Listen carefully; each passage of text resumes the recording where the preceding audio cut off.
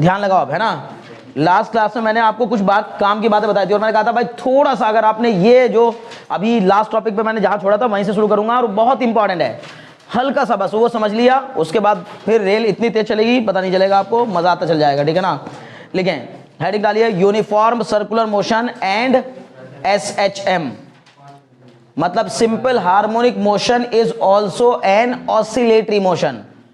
To and fro motion को ही SHM कहते हैं, ऐसा मोशन जो मीन पोजीशन के इधर उधर होता हो उसी को क्या कहते हैं, सिंपल हार्मोनिक मोशन कहते हैं। मीन पोजीशन के इधर उधर दो वेल डिफाइंड लिमिट के बीच में होने वाले मोशन को सिंपल हार्मोनिक मोशन कहते हैं, समझ गए, बहुत अच्छे।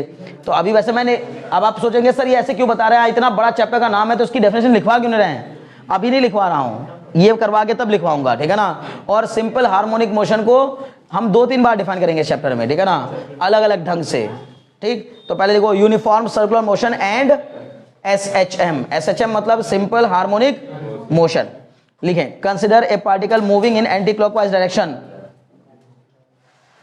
Consider a particle moving in anti-clockwise direction, consider a particle moving in anti-clockwise direction with uniform angular velocity omega, consider a particle moving in anti-clockwise direction with uniform angular velocity omega along a circle of radius small r, along a circle of radius small r and center O,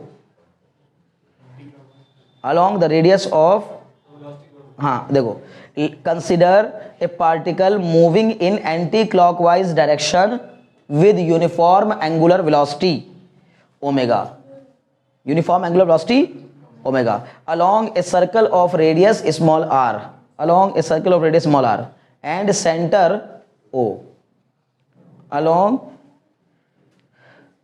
a circle of radius small r and center O, है ना, along a circle of radius small r and center O, ठीक।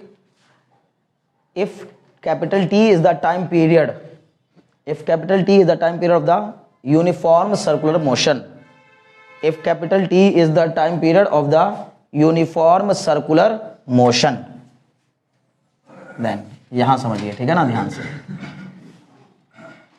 ठीक है। देखो यहां समझना बहुत काम का है। मान लिया कि कोई एक पार्टिकल है जो कि यूनिफॉर्म सर्कुलर मोशन कर रहा है, ठीक है। यूनिफॉर्म सर्कुलर मोशन का मतलब उसकी स्पीड कांस्टेंट होगी लेकिन वेलोसिटी कांस्टेंट नहीं होगी। यूनिफॉर्म सर्कुलर मोशन में स्पीड कांस्टेंट रहती है, वेलोसिटी कांस्टेंट नहीं होती। स्पीड कांस्टेंट का मतलब है कि वो सेम टाइम में चक्कर कंप्लीट करेगा, बार बार उतने ही टाइम में चक्कर कंप्लीट करेगा, लेकिन सर वेलोसिटी कांस्टेंट इसलिए नहीं है क्योंकि पर हर क्षण उसकी वेलोसिटी की जो डायरेक्शन है वो चेंज होती रहती है। क्लियर है ना, बहुत अच्छे। तो मान लो कि इस सर्कल का सेंटर, बस अब बात नहीं करना भाई, समझ में नहीं आएगा नहीं तो, ठीक है। इस सर्कल का सेंटर ये O है और इसकी रेडियस कितने के इक्वल है, R के इक्वल है, ठीक है ना, R के इक्वल है। अब मान लो कोई पार्टिकल है जो कि इस सर्कल के अलोंग मूव कर रहा है, सर्कल के अलोंग, इसका मतलब सर्कल के ऊपर ही लाई कर रहा है, इसी में घूम रहा है। यहां से चला ना, मैंने कल भी कहा था ना, तो हम यहां से कंसीडर करेंगे ना, यहां से ना, यहां से और ना यहां से, क्योंकि ये ना 4 पोजीशन बिल्कुल एकदम क्या लगती हैं कि ये स्पेशल पोजीशंस हैं। और कभी भी जब डेरिवेशन स्टार्ट होता है या कोई हम स्टडी करते हैं तो स्पेशल सिचुएशन से स्टार्ट नहीं करते, जनरल सिचुएशन से स्टार्ट करते हैं, समझ ना। तो मान लिया कि जनरली वो पार्टिकल, जब मैंने उसको स्टार्टिंग करना, मैंने उसको ऑब्जर्व करना स्टार्ट किया तो वो यहां पर रहा होगा। मान लिया कि शुरुआत में पार्टिकल यहां पर रहा होगा, P0 पोजीशन पर रहा होगा पार्टिकल। ये जहां अभी है वहां भी अपनी इस मीन पोजीशन से, मतलब अगर मैंने मान लो एक तरीके से इसको क्या ले लिया, एक्स एक्सेस भी ले लिया और इसको क्या ले लिया, वाई एक्सेस ले लिया, तो सर ये मान लेते हैं कि एक्स एक्सेस से ये ऑलरेडी कितना एंगल बना रहा होगा, 5, ऑलरेडी 5 बना रखा है। मैंने जब इसको ऑब्जर्व करना शुरू किया, इसका मतलब मैं बार बार कह रहा हूं आपको, मैं यहां इसको मीन मान लूंगा अपने हिसाब से, ये मेरा हिसाब से मीन हो गया। जब मैंने इसको ऑब्जर्व करना स्टार्ट किया तो मीन से स्टार्ट नहीं किया, एक्सट्रीम से भी स्टार्ट नहीं किया। अगर ये मीन होगा तो ये एक्सट्रीम होगा, और अगर ये मीन होगा तो ये दोनों एक्सट्रीम होंगे। समझ में आ रही बात ना, बहुत अच्छे। तो मीन से मैंने ऑब्जर्व करना, ना मैंने मीन से लिया ना एक्सट्रीम से, रास्ते में कहीं बीच में पार्टिकल को ऑब्जर्व करना स्टार्ट किया तो P0 पोजीशन पे था। इसके बाद जहां मैंने उसको ऑब्जर्व करना सीखा, उसके बाद थोड़ा सा टाइम बीता, कितना, टी, ये पार्टिकल यहां से बढ़कर कहां चला गया, सॉरी ये तो यहां जा लिया, तो फिर यहां जाओ, टी टाइम बीता, ये पार्टिकल पी नॉट से पी पे पहुंच गया। अगर ये टी टाइम बीता, और मैंने अभी अभी बताया कि विद एंगुलर वेलोसिटी ओमेगा, तो ओमेगा वेलोसिटी के साथ टी टाइम तक अगर कोई चीज सर्कुलर मोशन कर रही हो तो कितना एंगल टर्न करेगी, थीटा बराबर omega into T, omega into T. तो इसने यहां पर कितना एंगल टर्न कर लिया, ओमेगा टी।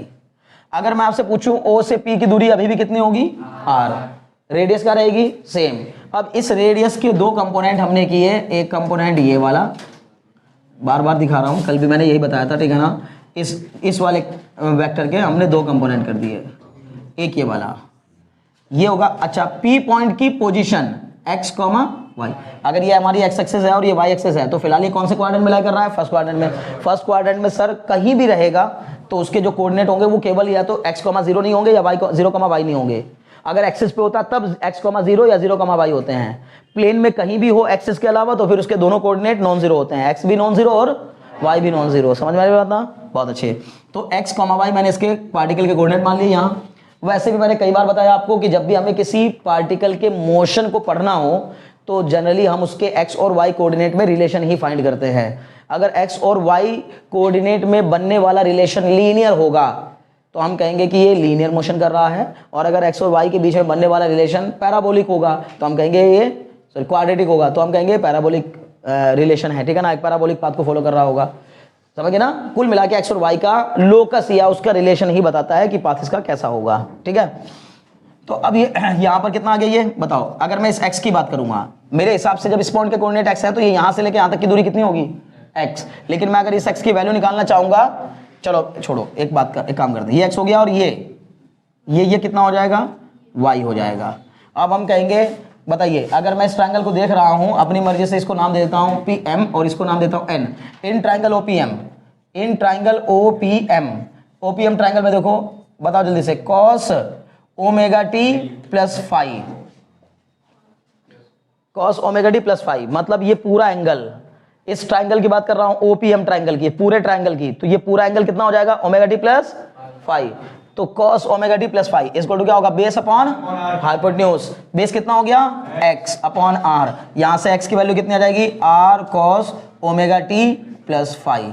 बोलो बात समझ में कि नहीं, क्लियर है, बहुत अच्छे। x is equal to r cos omega को लिख सकता हूं 2 pi upon capital T into t plus five.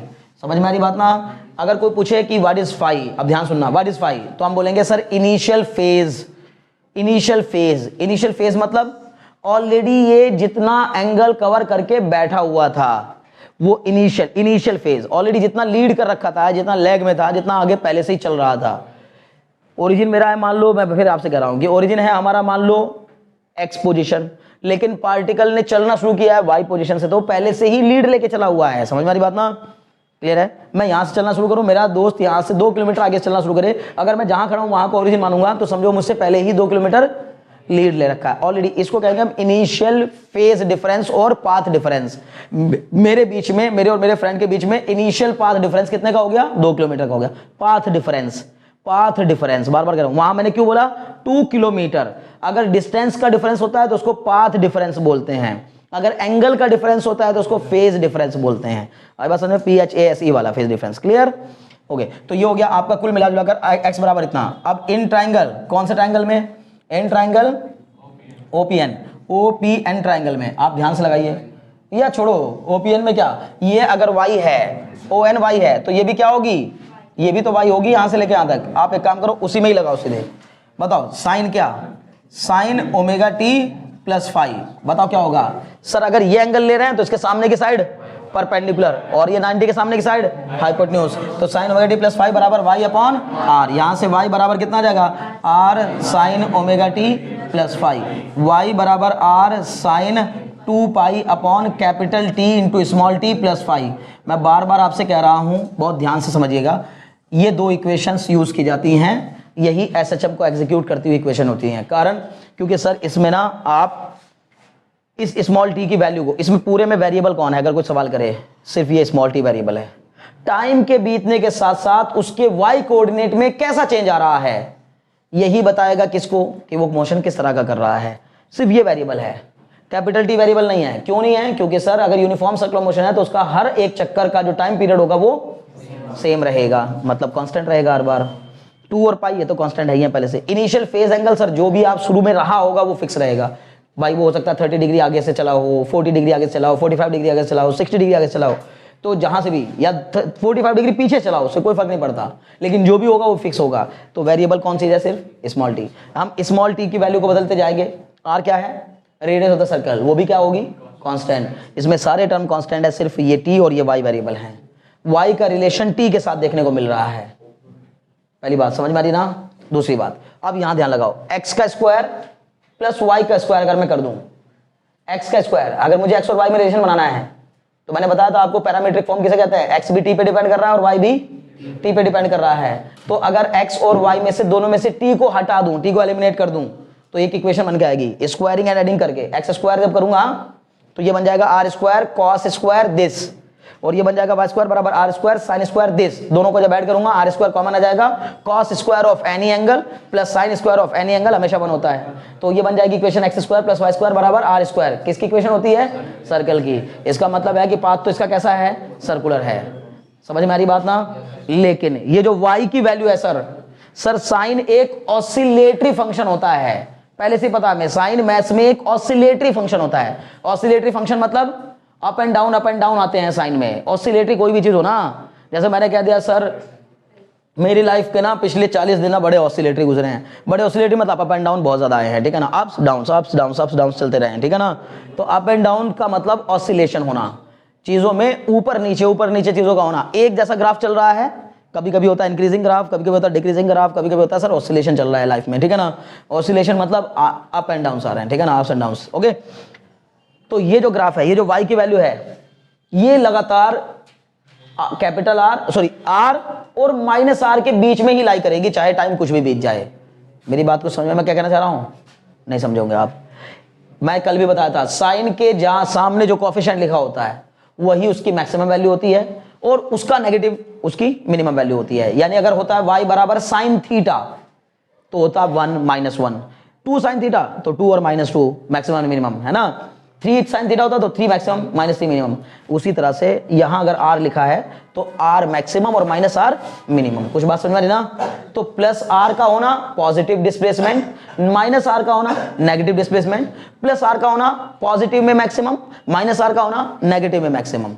समझ में आ रही है बात? सर आप ना इस t की वैल्यू कुछ भी रखिएगा, साइन के अंदर बना हुआ एंगल कुछ भी हो, 1000 डिग्री हो, 1 करोड़ डिग्री हो, 1 लाख डिग्री हो, 1 अरब डिग्री हो, कितना भी डिग्री हो जाए, मतलब आप चक्कर लगवाते जाइए, ये जो हमारा पंखा है सुबह से लेकर शाम तक घूम रहा है तो ये करोड़ों डिग्री एंगल टर्न कर जाएगा। समझ में आ रही बात ना भाई? हर चक्कर में कितना एंगल? 360 डिग्री। तो ऐसे करते करते अगर ये इसने सर सुबह से शाम तक 1 लाख चक्कर लगा दी तो आपको समझ लो कितना हो जाएगा, ठीक है ना? 360 लाख डिग्री हो जाएगा। समझ में आ रही ना? एक चक्कर में 360 डिग्री, तो 1 लाख चक्कर में 360 लाख डिग्री। समझ में आ रही बात ना? तो एंगल, लेकिन सर कुछ भी रहेगा, ये एंगल चाहे कुछ भी रहेगा, इस y की वैल्यू प्लस r और माइनस r के बीच में ही लाई करेगी। बीच में बार बार सर प्लस r और माइनस r से अगर कोई चीज प्लस r और माइनस r के बीच में ही लाई कर रही है, इसका मतलब वो हमेशा एक well defined, 2 well defined limit के बीच में ही लाई कर रहा है। और बार बार उसमें बीच में सर -3 से +3 जाते समय बीच में हर बार क्या आएगा? 0। -5 से +5 होगा तो भी 0, -10 से +10 जाएगा तो भी 0, तो -r से +r जाएगा तो भी, तो सर हर बार बीच में एक 0 वाला जो पोजीशन है वो क्या होगी? Mean position. इसका मतलब ये जो y है, अकेला जो y है, ये SHM को एग्जीक्यूट कर रहा है, ये टू एंड फ्रो मोशन को एग्जीक्यूट कर रहा है। समझ में आई बात ना? लेकिन ये जो y है, ये है क्या?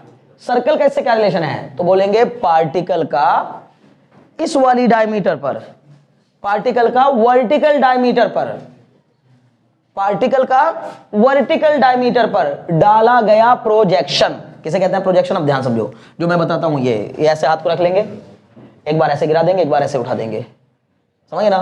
मैंने कहा लिटा दो, एक बार ऐसे खड़ा कर दो, तो ये जो लिटाने वाला है, ये लिटाने वाला, ये कौन सा हो गया? एक्स एक्सिस पर डाला गया प्रोजेक्शन, एक्स एक्सिस पर डाला गया प्रोजेक्शन। और ये वाला कौन सा हो गया? वाई एक्सिस पर डाला गया प्रोजेक्शन। तो मैं बोलूंगा सर्कल की वर्टिकल डायमीटर पर डाला गया प्रोजेक्शन एक ऑसिलेटरी मोशन करता है। मतलब सर्कल की जब हम वाई वाली एक्सिस पे जब भी प्रोजेक्शन डालेंगे, बार बार डालो आप, मतलब हर पॉइंट का डालो, यहां से चला, इसके जितने भी पॉइंट्स है सारे पॉइंट्स का बनाओ। सर यहां से लेके यहां तक जब हम बनाएंगे ना, यहां होगा तो प्रोजेक्शन यहां आएगा उसका, यहां होगा यहां आएगा, यहां होगा, ऐसे करके जाएंगे। तो जैसे जैसे ये पार्टिकल ऐसे जाएगा वैसे वैसे ये पॉइंट ऊपर उठता जाएगा, यहां पहुंच करके मैक्सिमम हो जाएगा। फिर सर ये यहां से घटना शुरू हो जाएगा, क्योंकि आप जब ये पार्टिकल यहां होगा, मान लो यहां होगा, तो आप प्रोजेक्शन ऐसे डालेंगे इधर, समझ में आ रही बात ना। तो इसका मतलब ये फिर घटना शुरू हो जाएगा, फिर ये 0 पे आ जाएगा, फिर सर ये नीचे जाएगा तो -r तक जाएगा, फिर ये इसके ऊपर जाएगा तो फिर ये वापस यहां से यहां जाने लगेगा, फिर इसके बाद दूसरा चक्कर जब शुरू होगा तो ये फिर से ऊपर जाने लगेगा। कुल मिलाकर ये पॉइंट, मतलब हम जो ये प्रोजेक्शंस डालते हैं, ये प्रोजेक्शन लगातार इस 0 के ऊपर नीचे ऊपर नीचे ऊपर नीचे क्या कर रहे होंगे, ऑसिलेटरी मोशन कर रहे होंगे। आई बात समझ में। तो सर्कुलर मोशन को अगर हम ऐसे देखें, ऐसे, तो सर्कुलर मोशन ऐसे तो ऑसिलेटरी मोशन नहीं होता है। लेकिन सर्कुलर मोशन में मूव करते हुए किसी भी पार्टिकल का उसकी डायमीटर पर डाले गए प्रोजेक्शंस ऑसिलेटरी मोशंस होते हैं। समझ में आ रही बात ना। कुछ बात पकड़ पा रहे हो मैं क्या कर रहा हूं। ऐसे घूमता हुआ मोशन को देखोगे तो this is not circulatory motion, मतलब sorry this is not oscillatory, circulatory है ये, दिस इज सर्कुलेटरी मोशन। क्योंकि ये जो सर्कुलेटरी मोशन है ना, ये किसी मीन पोजीशन के ऐसे नहीं हो रहा है। हाँ अगर ऐसे होने लगे, कोई बंदा ऐसे करे, यहां से शुरू करे, एक चक्कर ऐसे लगाए, फिर यहीं से एक चक्कर ऐसे लगाए, फिर एक चक्कर ऐसे लगाए, फिर एक चक्कर ऐसे लगाए, तो ये ऑसिलेटरी हो जाएगा। कुछ बात समझ में आ रही है मैं क्या बताना चाह रहा हूं भाई। अगर लगातार ऐसे चलता रहे ऐसे तो ऑसिलेटरी नहीं हुआ ना। क्यों? क्योंकि सर मीन के इधर उधर नहीं हो रहा है, लगातार ऐसे ही हो रहा है। हाँ अगर कोई बंदा यहां से ऐसे गया, फिर ऐसे आया, फिर ऐसे गया, फिर ऐसे आया, तो ये जो मोशन होगा ये ऑसिलेटरी हो जाएगा। बोलो बात समझ में आ रही कि नहीं। बहुत अच्छे। पहले ये बनाओ डायग्राम, ये लिखो, फिर इसके बाद एक स्टेटमेंट लिखवाऊंगा। ये जो इक्वेशन है ना, ये ऑसिलेटरी मोशन करते हुए किसी भी पार्टिकल के वर्टिकल डिस्प्लेसमेंट को बताता है। या अगर यही इसके अलावा हम कौन सी वाली ले लें, एक्स वाली, तो हम कहेंगे इसी पार्टिकल का एक्सिस पर डाला गया प्रोजेक्शन हमेशा ऐसे मूव करेगा, ऐसे, तो ये भी एक ऑसिलेटरी मोशन है। वर्टिकल वाला कंपोनेंट वाई एक्सिस पर ऑसिलेटरी मोशन करेगा, हॉरिजॉन्टल वाला कंपोनेंट एक्स एक्सिस पर ऑसिलेटरी मोशन करेगा। समझ गए ना। बहुत सर, चलो बनाओ, पहले बनाओ, है ना। यहाँ के बाद फिर आराम से समझ में आ जाएंगी चीजें, ठीक है ना। इसमें ये कैपिटल टी है क्या है, बार बार पूछ रहा हूँ, कैपिटल टी क्या है, time period. Very good, time period, है ना। अच्छा एक काम और कर लेते हैं, चलो साथ ही साथ रुक जाओ अभी, है ना। आप मेरे को बताओगे, मैं अलग अलग सिचुएशन पे पूछता हूं आपसे। ये आपको टाइम दे दिया है और मान लो ये वाई दिया है। Y is the displacement of the particle from the mean position. Y is the displacement of the particle from the mean position. Mean position से उसके प्रोजेक्शन का जो डिस्प्लेसमेंट है उसी को हम वाई कह रहे हैं। यानी ये जो वाई हमें बता रहा है, ये किसी एक पर्टिकुलर टाइम, इंस्टेंटेनियस टाइम पर उस पार्टिकल के डिस्प्लेसमेंट को बता रहा है। समझ गए। इस टाइम की वैल्यू वेरी करती जाएगी, ये डिस्प्लेसमेंट भी वेरी करता जाएगा। कभी ये मीन पे होगा, कभी एक्सट्रीम पे होगा, कभी उनके बीच में होगा। समझ रहे ना। चलो करते हैं कैसे। t बराबर 0 पर बताओ। अगर अच्छा अब एक और बात करते हैं। If the particle, special case ले लें, मान लो एक और बात, स्पेशल केस ले लें क्या। If the particle start from its mean position, मान लो कि ये अपनी मीन पोजीशन से स्टार्ट करे, तो बताओ क्या 0 हो जाएगा, फाई 0 हो जाएगा। Then phi equal to 0। तो फिर इक्वेशन क्या बन जाएगी, y is equal to r sine 2 pi upon capital T into small t। मोटे मोटे तौर पर क्या याद रखोगे, y equal to r sine omega t, y equal to r sine omega t. Clear. अब मैंने पूछा अगर मीन से चलना स्टार्ट करे और 0 टाइम के बाद, जब मीन से चलना स्टार्ट करेगा तो 0 टाइम कहां पर होगा, मीन पर ही 0 होगा। आप यहां टाइम की वैल्यू 0 रख के दो, इस t की वैल्यू 0 रखो, तो साइन 0 की वैल्यू 0 इंटू एनीथिंग, तो ये 0 हो गया। मीन से चलना स्टार्ट किया, इसका मतलब डिस्प्लेसमेंट, बोलो कोई डाउट तो नहीं। बहुत अच्छे। t बराबर t/4। What do you mean bye t/4। Sir पूरी साइकिल का 1/4 टाइम, क्योंकि पूरी साइकिल के अभी नोट करो बच्चे, समझ लो पहले ना, पूरी साइकिल के टाइम को हम कहते हैं टाइम पीरियड। टाइम पीरियड को हम दिखाते हैं किससे? कैपिटल टी से। कैपिटल टी बाई 4 मतलब सर पूरे टाइम पीरियड का 1/4। वैसे आप दिमाग पे जोर डालो, टाइम पीरियड के 1/4 पर कहां होना चाहिए? कल जो मैंने पढ़ा था वो भी दिमाग में रखो, और जो आज पढ़ा रहा वो भी एक्सट्रीम पे होना चाहिए। होना चाहिए कि नहीं? आप खुद सोचो ना। मैंने कल आपको बताया था बच्चों, ये ऑसिलेटरी मोशन अगर ये है ना, ये ऐसे करके ये क्या है? ऑसिलेटरी मोशन है। मैंने बताया था ये मीन है, इस मीन के इधर दिस इज एक्सट्रीम। फिर मैंने क्या बताया था? यहां जाएगा, फिर यहां वापस आएगा, फिर यहां जाएगा, फिर यहां आएगा, तब जाके एक साइकिल कंप्लीट होगी। इसका मतलब ये जो है 1/4 पार्ट है उस पूरी साइकिल का, तो टाइम भी इसमें क्या ही लगेगा? 1/4 लगेगा। समझ में आ रही बात ना? अभी कोई डाउट तो नहीं? बहुत अच्छे। और ये बड़े काम की बात होती है, जाते समय चाहे एक्सेलरेशन क्या कर रहा हो? अपोज, और आते समय एक्सेलरेशन क्या कर रहा हो? सपोर्ट, पर जाने और आने का टाइम हमेशा सेम होता है। क्या इसको दिमाग एक्सेप्ट करता है? Time of ascent is always equal to time of descent. Mind accept करता है? हाँ सर करेगा। नहीं करता तो करेगा, क्योंकि सुन के तो लग रहा है सर जाते समय एक्सेलरेशन अपोज कर रहा है तब भी उतना ही टाइम लग रहा है, और आते समय एक्सेलरेशन सपोर्ट कर रहा है तब भी उतना ही। सर मेरे हिसाब से तो आते समय जल्दी आ जाना चाहिए, लेकिन ऐसा नहीं है। कारण क्योंकि सर जाते समय इनिशियल वेलोसिटी मैक्सिमम थी, फाइनल 0 थी। समझ गए ना? और आते समय इनिशियल 0 है, फाइनल मैक्सिमम हो जाएगी। अब कुछ बात समझ में ना, इसलिए ऐसा होता है। अभी कोई डाउट तो नहीं? बहुत अच्छे, ठीक है। वैसे भी जब यहां से ये पेंडुलम यहां से यहां जाएगा तो यहां वेलोसिटी मैक्सिमम होगी, और ये वहीं तक जाएगा। कोई भी चीज उसी हाइट तक असेंड करती है जहां तक पहुंचते पहुंचते उसकी वेलोसिटी 0 ना हो जाए। आई बात समझे ना? तो ये पेंडुलम यहीं तक जाएगा, यहां तक। अब ये आप में से कोई कहने लगे सर ये ऐसे नहीं जा सकता? ऐसे भी जा सकता है।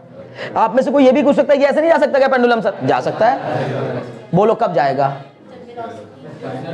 सर जब यहां पर इस बॉब की velocity √5 r, this is r, √5 r g होगी। सर वर्टिकल सर्किल कंप्लीट हो जाएगा। अगर उससे कम वेलोसिटी रहेगी तो अब ये वर्टिकल सर्किल कंप्लीट नहीं होगा, यहां जाएगा फिर वापस लौट आएगा, फिर यहां जाएगा फिर वापस लौट आएगा। अगर आपने √5 r g के इक्वल दे दी, पूरा सर्कल बन जाएगा।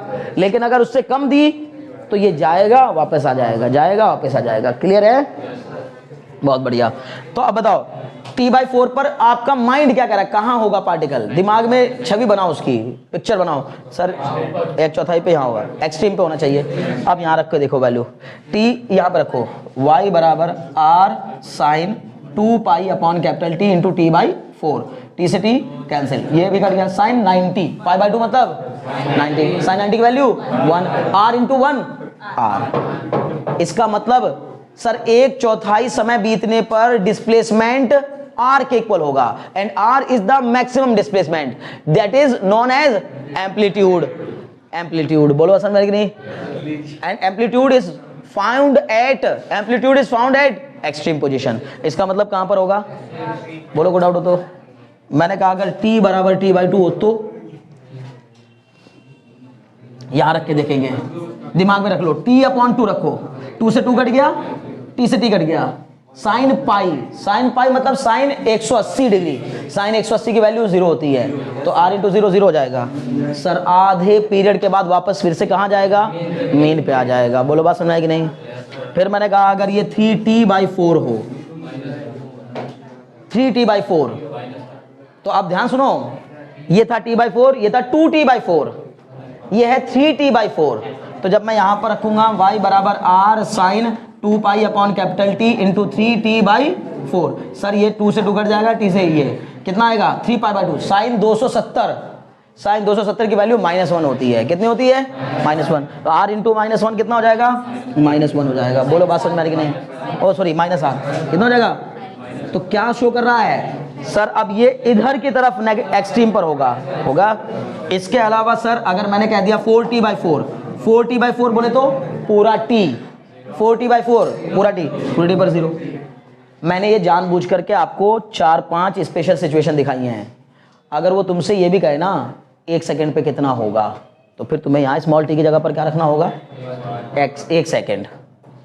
और टाइम पीरियड तुम्हें क्वेश्चन में दे रखा होगा तो टाइम पीरियड की वैल्यू रख देना, 1 सेकंड रख देना। अब हो सकता है कि तुम्हारा जो एंगल आए वो 90, 180, 360, 270, 360 के अलावा कुछ और आएगा, 120 डिग्री भी आ सकता है। नहीं समझे? अरे भाई बात समझ में आ रही है नहीं?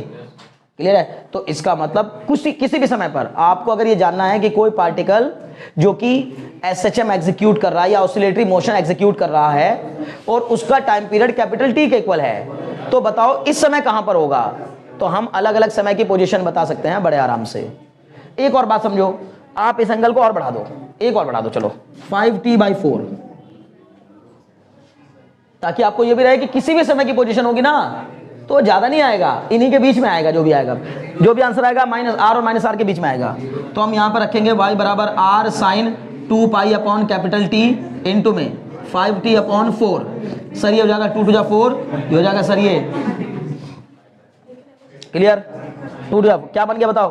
5 पाई/2, 5 पाई/2, समझ रहे हो ना?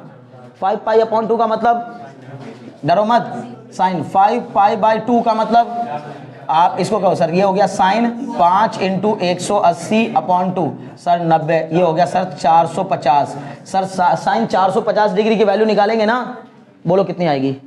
वो आएगी सर साइन 360 + 90, मतलब साइन 90। साइन 90 की वैल्यू कितनी होती है? 1। इस पर भी कितना आएगा? आर। तो अब 0 के बाद ये वापस मीन यहां आ गया था, तो कहां था वापस? फिर से मीन पे। एक साइकिल कंप्लीट हो गई थी। अब उसके बाद एक बार फिर t/4 गुजरा, कहां पहुंच गया? एक्सट्रीम पर, आर पर। आप 6t/4 रख के देखना, वापस 0 आ जाएगा। 7t/4 रख के देखना, माइनस आर आ जाएगा। 8t/4 रख के देखना, फिर 0 आ जाएगा। 8t/4 का मतलब 2t, 2 capital T, 2 capital T मतलब 2 बार टाइम पीरियड कंप्लीट हो गया, 2 टाइम पीरियड कंप्लीट हो गया, 2 साइकिल कंप्लीट हो गई, 2 साइकिल कंप्लीट हो गई तो वापस फिर से कहां पर आ गया? मीन पे आ गया। समझ में आ रही बात ना? पक्का? बहुत बढ़िया। चलो जी अब कर लो जो भी तुम्हें नोट करना है इसमें, ठीक है ना? चल लिखो, ठीक है ना? इसका देख लिखिए, सिंपल हार्मोनिक मोशन में बी डिफाइंड एज, जस्ट इसके नीचे एक बड़ा सा स्टेटमेंट, बढ़िया सा, है ना? सिंपल हार्मोनिक मोशन में बी डिफाइंड एज। अब मे बी डिफाइंड एज कह रहा है, मतलब समझ रहे हो ना? डिफाइंड एज नहीं है, मे बी डिफाइंड एज। इन सबका भी मतलब समझा करो, है ना? कहीं कहीं लिखते हैं इट इज डिफाइंड एज, तो वो समझो स्पेशल डेफिनेशन है, प्योर डेफिनेशन है उसकी। लेकिन यहां हम क्या कर रहे हैं? मे बी डिफाइंड एज, ठीक है ना? तो simple harmonic motion may be defined as the projection of, may be defined as the projection of uniform circular motion, may be defined as the projection of uniform circular motion along one of the diameters of the circle of reference, along, एक बार सुने, simple harmonic motion may be defined as the projection of the uniform circular motion along one of the diameters, along one of the diameters of the circle of reference, है ना? along one of the diameters of the circle of reference, clear? कोई भी circle जो हमने as a reference लिया है उसकी किसी भी एक डायमीटर पर डाला गया प्रोजेक्शन ही किसको बता सकता है? बता सकता है, मे बी डिफाइंड एज, ठीक है? क्या लिखेंगे? Diameter of the circle of reference. कैसे मेहनत करके लोग इस मोशन तक पहुंचे हैं, ठीक है ना? हो गया यहां तक? And the displacement of the particle executing SHM, and the displacement of the particle, and the displacement of the particle executing, executing spelling EXECUTING, executing, है ना? हाँ, EXE execute से बना ना, execute, ठीक है ना? EXECUTE executing, TE execute होता है और TING हो जाएगा executing, है ना? Okay. and the displacement of the particle executing SHM is given by, and the displacement of the particle executing SHM is given by x is equal to, ये लिखो, r cos omega t plus 5, और पहले लिखना x is equal to r cos omega t plus 5, ऊपर वाले लिख दो चलेगा, यही लिख दो बस, है ना? x is equal to r cos omega t plus 5 और y is equal to r sin omega t plus 5, y is equal to r sin omega t plus 5, okay? एक बार वापस रिपीट कर रहा हूं शुरू से एकदम। ठीक है। Simple harmonic motion may be defined as the projection of the uniform circular motion along one of the diameter of the circle of reference and the displacement of the particle executing SHM is given by x is equal to r cos omega t plus phi or y is equal to r sin omega t plus phi। फिर अगली line लिखिए, if the initial phase angle is zero, if the initial phase angle is zero, that is, आइए लगा के लिखिएगा, initial phase angle is zero, that is the particle start from mean or extreme, that is the particle start the motion from mean, that is the particle starts the motion from mean or extreme, the displacement equation is given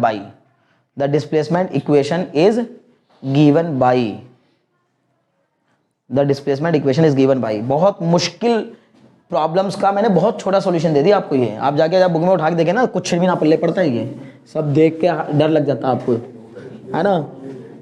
given by क्या लिखा, from mean और extreme position, mean और extreme, then the displacement equation is given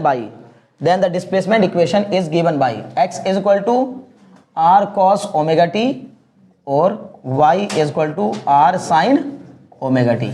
सबसे ज्यादा use होने वाली equation ये है, ठीक है ना, y is equal to r sin omega t। क्या चीज, हाँ मीन और एक्सट्रीम, मतलब अगर मीन से स्टार्ट करूंगा तो ये वाली पोजीशन स्टार्ट, मैंने देखो ना इसका यहाँ मीन से स्टार्ट किया, अगर मीन से स्टार्ट करूंगा तो मैं ये वाली पोजीशन लूंगा, x इक्वल टू क्या होगा, अगर मीन से स्टार्ट करूंगा तो x बराबर तो होगा r, x बराबर तो होगा r और y बराबर होगा 0। क्लियर। अगर एक्सट्रीम से स्टार्ट करूंगा, एक्सट्रीम से यहां से स्टार्ट करूंगा तो x बराबर हो जाएगा r और y बराबर हो जाएगा 0, नहीं x बराबर हो जाएगा 0 और y बराबर हो जाएगा r। समझ गए ना ये कहने का मतलब। क्लियर, बढ़े, बहुत अच्छे। नेक्स्ट डालिए, खत्म। क्या नाम हुआ, परेशान क्यों हो रहे हो, बजने वाला है ना अभी, बजा तो नहीं ना, बस ये बता देना, बज जाए तो बता देना, है ना। ठीक है, अभी बजा नहीं भाई, रुक जाओ, है ना। देखो यही बात है ना, इसलिए जब कोई तुम्हारा अभी, हाँ पढ़ा करो, लिखें हेडिंग डालें, velocity of the particle executing SHM, ठीक है, ताकि आपको कुछ समझ में अच्छा लगने लग जाए, आसान लगने लगे चीजें। Velocity of the particle executing SHM, अगला हेडिंग है ये, बस यही, इसको पढ़ा के छुट्टी करेंगे, ठीक है ना। Velocity of the particle executing SHM, paper में कैसे आएगा, पेपर में भी ऐसे आएगा, derive the expression for the velocity of the particle executing SHM. समझ ना, हाँ पा सकता है, बहुत चांस है। अब इसके आगे आगे सुनो मेरी बात ध्यान से, अभी तक जितनी चीज चल रही थी वो आपकी फाउंडेशन था, न्यू भरी जा रही थी, इसके आगे आगे सब कुछ। अच्छा, फाउंडेशन में तुम जितना चाहे पैसा खपा लो, दिखता किसी को नहीं है। तो वही बात है कि जो हमने फाउंडेशन में मेहनत की है, कल की और आज की क्लास जो लगाई है हमने, उससे आपको मार्क्स नहीं मिलेंगे, मार्क्स इसके बाद से मिलना स्टार्ट होंगे। कुछ बात समझ में ना, यानी वो जो फाउंडेशन में पैसा लगाते हैं उससे ये नहीं दिखता कि हमने कुछ फायदा उठा रहे हैं, वो तो जमीन में दब गया सब। समझ ना, प्रॉफिट कहां से दिखना शुरू होता है, जब दीवारें उठने लगती हैं ऊपर, तब लगता है हाँ हम पैसा लगा रहे हैं तो घर बन रहा है। फाउंडेशन चाहे जितना लगा दो, नहीं लगता कि हाँ घर बन रहा है। समझ गए ना, तो वैसे ही बताया। यानी कि अब जो भी टॉपिक होंगे इसके बाद सारे इंपॉर्टेंट। हालांकि हमारी जिंदगी के हिसाब से ये 2 दिन ज्यादा इंपॉर्टेंट थे, बट अभी मार्क्स के हिसाब से बात करेंगे तो पेपर में यहां से आना स्टार्ट होता है, ठीक है ना।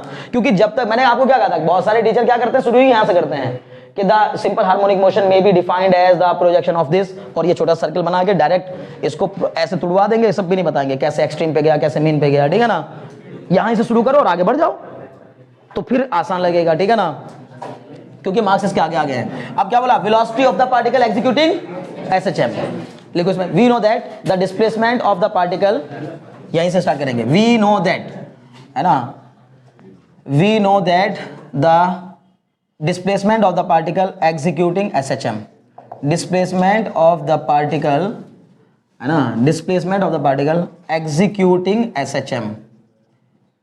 ये तुम्हारी जिम्मेदारी बनती है, जो लोग र्यूमर इधर उधर कहीं फैलाते हैं ना, उनको समझाना बताना। बहुत सारे लोग ये बताते हैं अरे वहाँ तो 1 घंटे क्लास होती है, 1.5 घंटे क्लास होती है और दूसरी जगह पर 3-3 घंटे क्लास होती है। तो ये तुम्हारी जिम्मेदारी बनती है कि भैया वहाँ 1-2 घंटे की नहीं होती है, वहाँ जब तक हाथ ना जोड़ने लगे तब तक क्लास होती रहती है, ठीक है ना। एग्जीक्यूटिंग SHM, ठीक है। तो we know that the displacement of the particle executing SHM क्या होता है बताओ, है ना। Executing SHM is given by क्या होता है, y is equal to r sin omega t, ठीक है। अब क्या कर दो बताओ, वेलोसिटी फाइंड करने के लिए डिस्प्लेसमेंट को टाइम के रेस्पेक्ट में डिफरेंशिएट, क्योंकि डिस्प्लेसमेंट का रिलेशन टाइम के साथ दे रखा है, ओमेगा कांस्टेंट है, ठीक है ना। क्योंकि मैंने बोला यूनिफॉर्म सर्कुलर मोशन में angular velocity angular speed constant रहती है, क्लियर। तो हम बोलेंगे differentiating both side with respect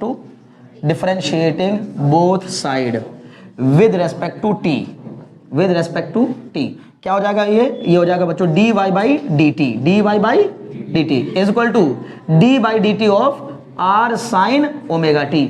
अब मुझे बताओ dy बाई dt तो क्या हो जाता है, वेलोसिटी, बोलो जाएगा कि नहीं, वेलोसिटी। अब d बाई dt में r क्या है, कांस्टेंट को बाहर निकाल लेते हैं, पता है ना। अब ये बचेगा d by dt of sin omega t।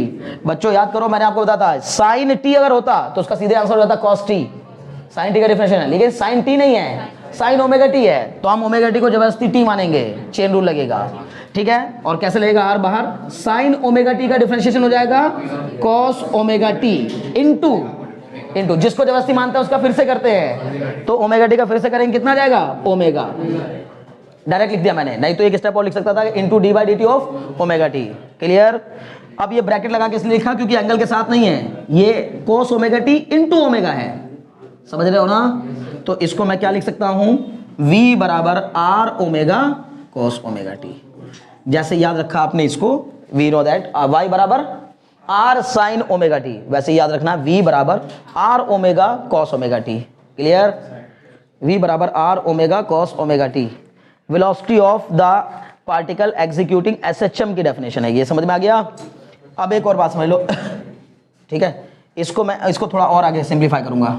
एक फॉर्मूला तो ये हुआ जिसमें v और t का रिलेशन पता है हमें, एक फॉर्मूला और बनाएंगे, बोलो कैसे। ओमेगा को बाहर रख दूंगा, अगर मैं इसको लिख लूं r cos ओमेगा t तो ये हो जाएगा v बराबर ओमेगा, अगर मैं इसको लिख दूं under root r square cos square omega t, आपको मुझसे कोई आपत्ति तो नहीं होगी, पक्का। मैंने क्या किया, स्क्वायर भी कर दिया, स्क्वायर रूट भी ले लिया, सेम बन गया, कोई फर्क नहीं पड़ा। मतलब किसी चीज का स्क्वायर करके स्क्वायर रूट ले लो, कोई फर्क पड़ेगा नहीं, लेकिन मुझे अपने काम का बनाने में इसमें हेल्प मिल जाएगी। कैसे, मैं इसको लिख दूंगा अंडर रूट के अंदर, भाई बाहर देखो r स्क्वायर, बताओ cos स्क्वायर थीटा बराबर 1 माइनस साइन स्क्वायर थीटा होता है ना, तो बस इसको लिख दूंगा 1 minus sine square omega t होगा। इसको लिख दूंगा v बराबर under root r square minus r square sine square omega t।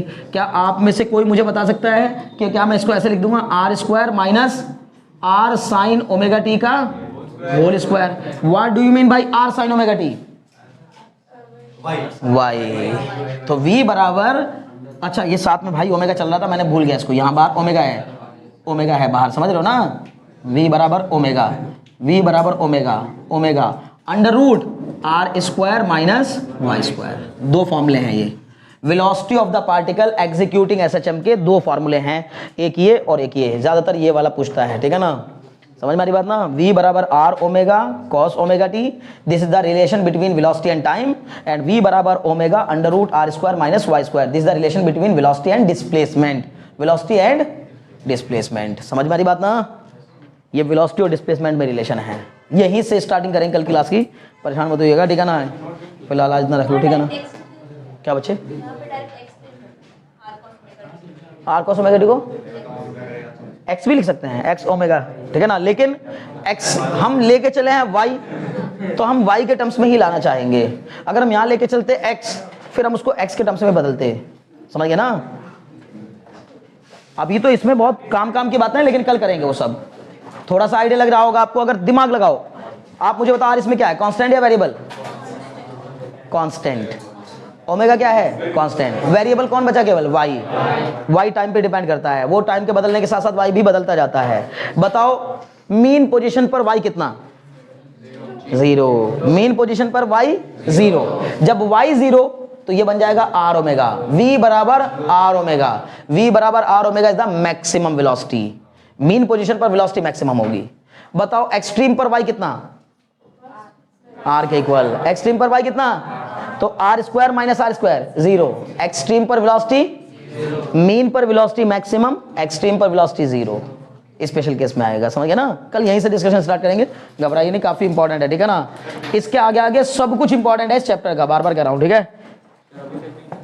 अरे भाई बच्चे पेपर के लिहाज से अब तक जो पढ़ रहे थे वो बहुत इंपॉर्टेंट है, लेकिन पेपर में मार्क्स आने वाली जो चीजें शुरू हुई वो यहाँ से स्टार्ट हुई, पेपर में मार्क्स दिलाने वाली, ठीक है ना। ओके चलिए, आज के लिए इतना काफी है। कल की क्लासेस की टाइम देख लीजिए, कल संडे है, ठीक है ना, मॉर्निंग में क्लास रहेगी। ओके